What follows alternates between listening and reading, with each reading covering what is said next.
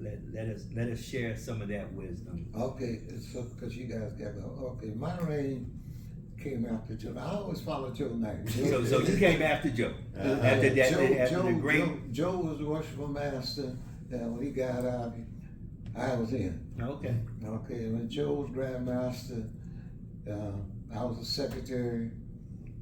I was in.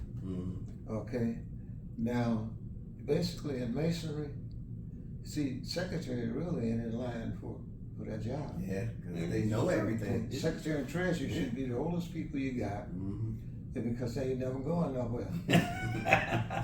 And they're quite trustworthy. They have to be trustworthy. It's that circuit that you go, and you know. You hear that, Americans? They ain't never going nowhere. Yeah. Secretary and treasurer. The Tyler ain't going nowhere. Well, It's just that circle. It's in there. Right. And but anyway, Joe was working midnights at Chevrolet United, and he couldn't put the time in, and the women kind of aggravated him, you know. So do you remember who the women in charge at that time was? Mildred Scott.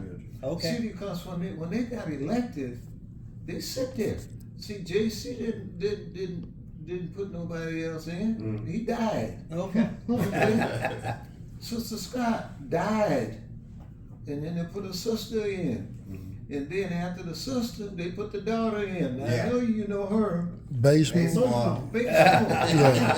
See, that's how there was a family thing, you know. And me and Joe and James Brown and them, we busting this stuff up. Okay, when Joe became the Universal Grandmaster in 1980, Curtis Johnson thought I was going to run against him. Okay.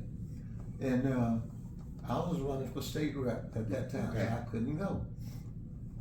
So I told Joe, I said, make sure you go to Miami, Florida, okay? And you run it, because I ain't thinking about running for no Universal, all of that's what they thought.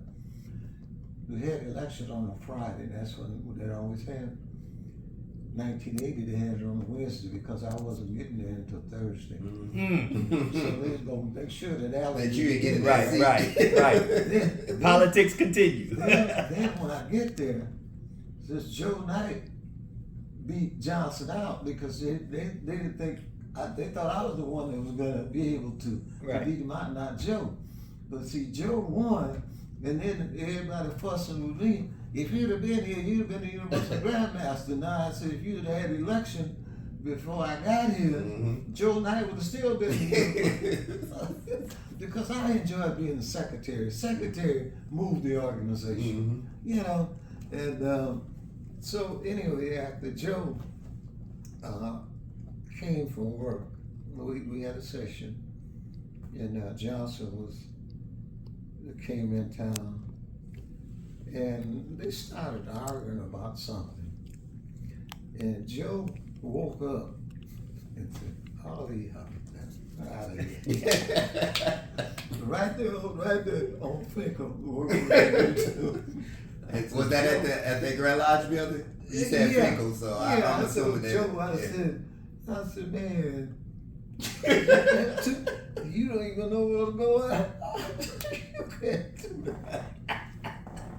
But Joe said, okay, after that we went to Milwaukee, and that's when he gave it up. And I was elected in Washington, D.C. the following year. Okay. Because we had 3-year session. In between we had what we call a mini session. So we used to have not a 2-year, but a 3-year session. And then had a if you look at the previous, amended bylaws, you were able to set a term of 2 3-year sessions. Right. I think they amended it like in '68 or somewhere in there. Yeah, and the reason we amended it went to 2 years because I had to get Eddings and them because they were on 2 years. Congress, all their Congresses, which is 5 of them that I knew of, came from the same place. So after you served 2 terms, or did you serve how many terms? I served 25 years. He said that. Okay, you served 26. Okay. Who came after? Who was the person who graced us after the great past Universal Grandmaster Eddie Allen was no longer. You young man out of Chicago that just died. His name is Okay. Andre Story. All right. So- So- hold on, so- hold on. Let's get something straight here. But You served 24 25 years? years. Altogether. Yeah. Altogether. You served 24. Mm-hmm. And was it Buster McFadden? Who was it that stood up in that meeting and said you couldn't run? yeah, that was in Rochester. Luther Raymond. Luther Raymond. Yeah. Wasn't it in Rochester? I was in Rochester, Rochester. New York. So wait a minute. Luther Raymond. Okay. Uh-huh. So, Hold on, so- I'm getting to it. okay. Okay. Yeah. He couldn't run no more. Okay. Mhm. One term went by, and the person that sat in that seat for one term was Joe Knight. Joe Knight. Yeah. Okay. Yeah. Joe Then after Knight. that one Yeah. term, It was voted- me again. Yeah. Yeah. Why you say you only Because got? he I won his 25 years. Yeah. I remember Luther Raymond walking across the floor like, "You can run, Eddie. You gotta go." but see, Luther was my supporter, and Luther was kind of funny guy because he and I ran against each other for the universal office. See, Raymond was a senior warden. Mhm. I was a junior warden. Okay. We rode around Washington, D.C. and Baltimore, and I kept telling Raymond, I said, Luther, you want the job? I said, I told you, we won't run against each other. Mhm. And he said, no, he says, I know they're gonna nominate you, they're gonna nominate me. And I said, but he thought he had it made because the Florida boys, the boys out of Florida, Mhm. and the other thing, but I'm saying, well, I got the majority of the Grand Lodge, the guys that's gonna come. But Florida had a big group of guys. Okay. And see, we opened it up where the membership could vote. Before it wasn't that way. So how was it before? Before the out All of curiosity. the grandmasters, kind of like the Congress. So, Was that the top 3 No, officers of the Grand Lodge? Yeah, but the reason we opened it up was why have somebody spend $1,000 to come to a convention and can't say anything and have no say so? That's called taxation without representation. That That's what part. that is. So Yeah. So let me ask you this. Mhm. As we try to conclude this one up, because I'm going to talk to you again. You're always such a pleasure to talk to.